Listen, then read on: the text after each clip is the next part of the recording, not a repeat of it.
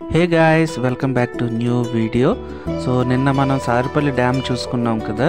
So Saripalli మీదుగా అలాగా మనం వస్తే రామతీర్థాలు చేరుకుంటాం. సారిపల్లి నుండి అరౌండ్ 5 to 6 కిలోమీటర్స్ డిస్టెన్స్లో ఉంటుంది అనమాట. సో మనం సారిపల్లి వెళ్ళే రూట్ కూడా మనకు చూస్తున్నారు కదా, చాలా ఆహ్లాదకరంగా ఉంటుంది. సో ఇదైతే కొండ అనమాట. మీకు కొండ గురించి ఎక్స్ప్లెయిన్ చేస్తాను. సో ఆల్మోస్ట్ మనమైతే ఇప్పుడు టెంపుల్ రీచ్ అయిపోయామన్నమాట. సో ముందుగా మనం ఏం చేద్దామంటే ఫస్ట్ కొండపైకి వెళ్ళి వచ్చేద్దాం. ఆల్మోస్ట్ మనకి ఒక 1000 స్టెప్స్లా ఉంటుంది అనమాట. ఆ స్టెప్స్ పైన నిండే వెళ్ళాలి, ఇంకా వేరే రూట్ అయితే ఏమీ లేదు. కొండ కూడా ఎక్కడం చాలా కష్టం. ఇక్కడ చెప్పేవాళ్ళు కూడా అదే చెప్పినారనమాట, కొండ ఎక్కడం కష్టం అని చెప్పి. సో ఇప్పుడు మనం టెంపుల్కి రీచ్ అయిపోయాం కాబట్టి ఫస్ట్ కొండ అయితే స్టార్ట్ చేద్దాం. ఇది స్టార్టింగ్ పాయింట్. కొండ మీదకి వెళ్ళాక ఎలా ఉందో మళ్ళీ చూద్దాం. ఇప్పుడు ఈ కొండ ఎక్కడానికి ట్రై చేస్తున్నాము. ఒకసారి పైకి వెళ్ళి కొండ మీద ఏది ఉందో అంతా చూపిస్తాను. సో పదండి వెళ్ళి చూద్దాం ఎలా ఉందో.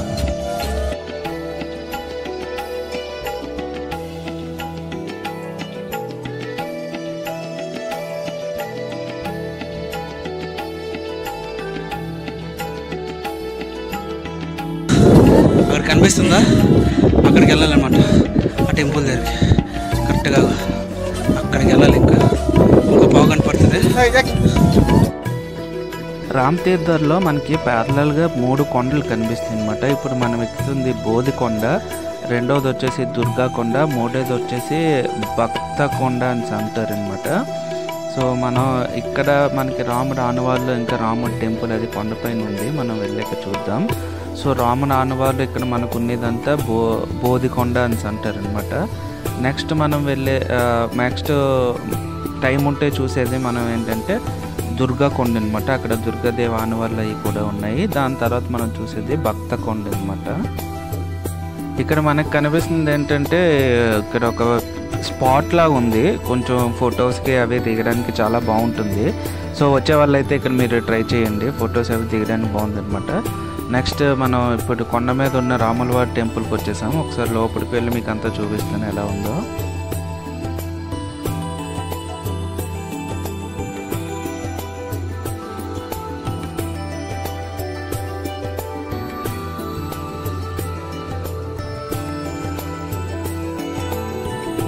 టెంపుల్ అయితే మొత్తం క్లోజ్ చేసేసి ఉన్నది, లోపలికి వెళ్ళడానికి ఎంట్రీ అయితే లేదు. రోజు ఏంటంటే పూజారి వచ్చేసి ఇక్కడ పూజ చేసి టెంపుల్ క్లోజ్ చేసుకొని మళ్ళీ కిందకి వెళ్ళిపోతుంటారు. సో ఆ టైంలో వచ్చినప్పుడే మనకి ఇక్కడ దర్శనం దొరుకుతుంది. నెక్స్ట్ రీసెంట్గా ఏం జరిగిందంటే మనకి ఇక్కడ ఈ రాముడు వాళ్ళ తల తీసేసి ఇక్కడ దగ్గరలో ఉన్న కోనేరులో పడేశారు అనమాట. సో అది కూడా మీకు చూపిస్తాను. అందుకని ఈ టెంపుల్ ప్రజెంట్ ఏంటంటే అక్కడ కొత్త విగ్రహాలు అయితే పెట్టేశారు, కానీ టెంపుల్ అయితే క్లోజ్లో ఉంది. సో చాలా రేర్గా ఈ టెంపుల్ని ఓపెన్ చేస్తూ ఉంటారు అనమాట. ఇష్యూ ఇంకా సాల్వ్ అవ్వలేదు కాబట్టి ఎవరు చేసేది అనేది తెలియలేదు. సో అదంతా పొలిటికల్ ఇష్యూ మనకు తెలీదు. సో అది రిజాల్వ్ అయిన తర్వాత మళ్ళీ ఓపెన్ చేస్తారని నేనైతే అనుకుంటున్నాను. సో టెంపుల్ అయితే నిర్మానుష్యంగా ఉంది, ఎవ్వరూ రారు, ఎవ్వరూ ఉండరు. హార్డ్లీ చాలా తక్కువగా ఈ కొండ ఎక్కుతుంటారు అనమాట.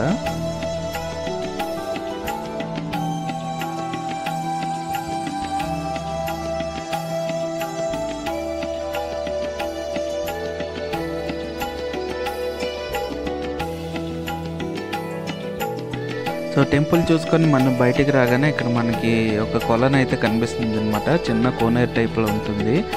ఈ వాటర్ అయితే ఎక్కడి నుండి వస్తుందో మనకు ఐడియా లేదు, కానీ ఎండాకాలంలో కూడా ఈ వాటర్ అనేది అసలు ఎండిపోతుంది అనమాట. 24/7 365 డేస్ వాటర్ అలానే ఉంటుంది.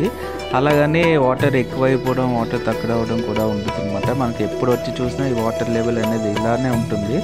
సో అదొక మిస్టరీ అనమాట ఇక్కడ. సో ఇంకా మనం చూసుకోవాల్సింది ఏంటంటే భీముని గుహ అయితే ఒకటి ఉంది ఇక్కడ. లోపలికి వెళ్ళి చూసే అవకాశం అయితే మనకు లేదు, ఆల్మోస్ట్ లైట్ ఫెయిల్ అయిపోతుంది కాబట్టి నేనైతే లోపలికి వెళ్ళట్లేదు. కానీ ఇక్కడ ఎర్లీగా వచ్చేవాళ్ళు కొంచెం లోపలికి అయితే వెళ్ళి చూడండి, చాలా బాగుంటుంది. లోపల కొంచెం నేరోగా ఉంటుంది, కానీ హ్యాపీగా చిన్నపిల్లలు కానీ ముసలివారు ఎవరైనా హ్యాపీగా వెళ్ళి వచ్చేయచ్చు. లోపల ఏంటంటే అప్పుడు భీముడు వండిన పాత్రలు, పొయ్యి అవన్నీ ఉంటాయి అన్నమాట.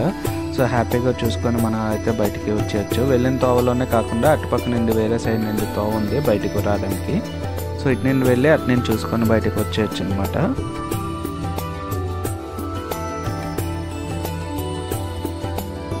సో ఇక్కడ మీరు చూస్తుంది ఏంటంటే జ్యోతి అనమాట. ప్రతి శివరాత్రికి ఇంకా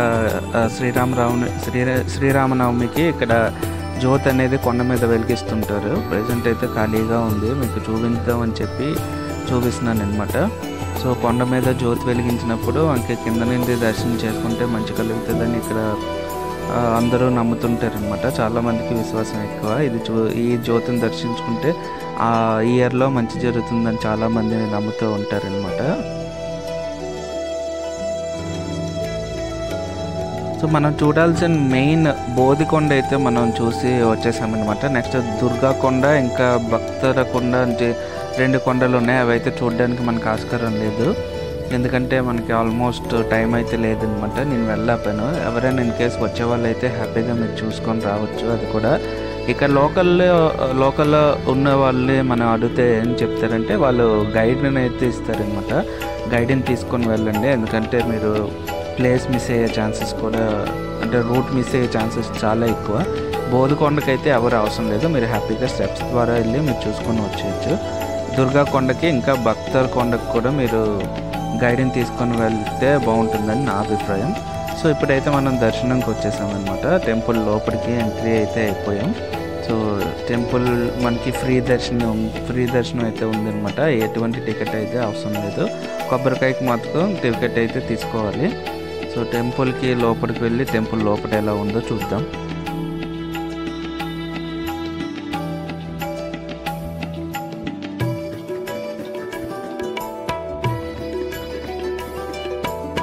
టెంపుల్లో రాముడు, లక్ష్మణుడు, సీత విగ్రహాలు చూడడానికి చాలా బాగుంటాయి అన్నమాట.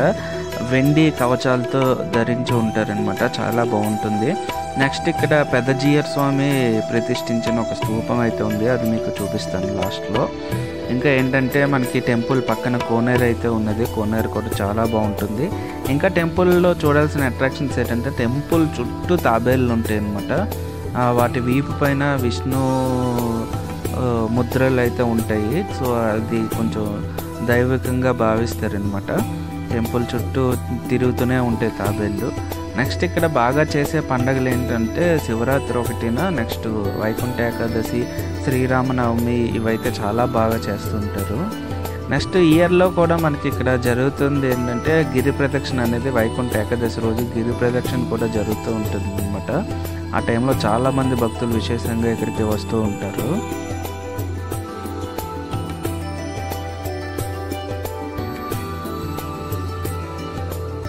టెంపుల్ మొత్తం బయట లోపల అంతా ఫోటోగ్రఫీ తీసుకోవచ్చు అనమాట. చాలా ప్లెజెంట్గా ఉంది. మేము వెళ్ళినప్పుడు అయితే ఎక్కువ క్రౌడ్ అయితే లేదు, సో హ్యాపీగా షూట్ చేసుకున్నాం.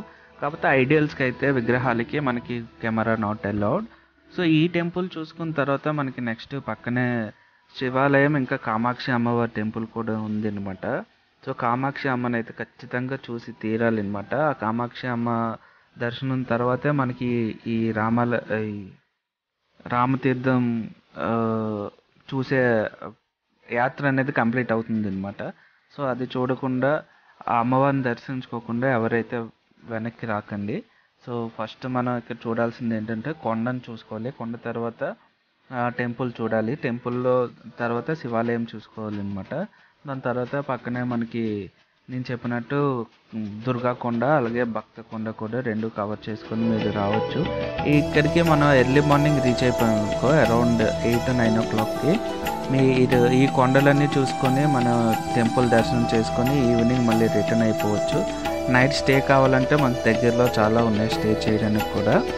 సో ఈ టెంపుల్కి ఎలా రీచ్ అవ్వాలంటే ముందుగా మనం విజయనగరం రీచ్ అయిపోవాలన్నమాట. బై బస్ కానీ బై ట్రైన్ కానీ విజయనగరం రీచ్ అయిపోయిన తర్వాత విజయనగరం నుండి ప్లెంటీ ఆఫ్ బస్సెస్ ఉంటాయి అన్నమాట. నెల్లిమర్ల వెళ్ళాలి. నెల్లిమర్ల ఆల్మోస్ట్ 8 kilometer డిస్టెన్స్లో ఉంది. నెల్లిమర్ల నుండి హ్యాపీగా నెంబర్ ఆఫ్ ఆటోస్ మీకు ఈ టెంపుల్కి రీచ్ అయిపోతుంది, హ్యాపీగా రీచ్ అయిపోవచ్చు. నెల్లిమర్ల నుండి మనకి అప్రాక్సిమేట్ 4 kilometer డిస్టెన్స్లో ఈ టెంపుల్ అయితే ఉందన్నమాట. సో ఆల్మోస్ట్ మీకు ఆటో వాడు అయితే మహా అయితే 30-50 rupees ఛార్జ్ చేస్తూ ఉంటారు. సో మీరు డైరెక్ట్గా ఆటో తీసుకుని వెళ్ళిపోవచ్చు. అయితే మ్యాక్సిమం 180 rupees 100 rupeesలో మీకు ఏ ఆటో అయినా ఈ టెంపుల్కి తీసుకొచ్చి మీకు దిగబెట్టేస్తారు అనమాట.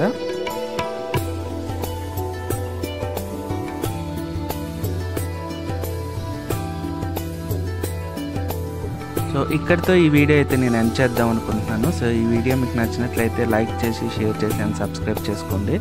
అలాగే మీరు ఫస్ట్ టైం నా వీడియో కానీ ఛానల్ కానీ చూస్తున్నారంటే ఖచ్చితంగా సబ్స్క్రైబ్ చేసుకొని చూడండి.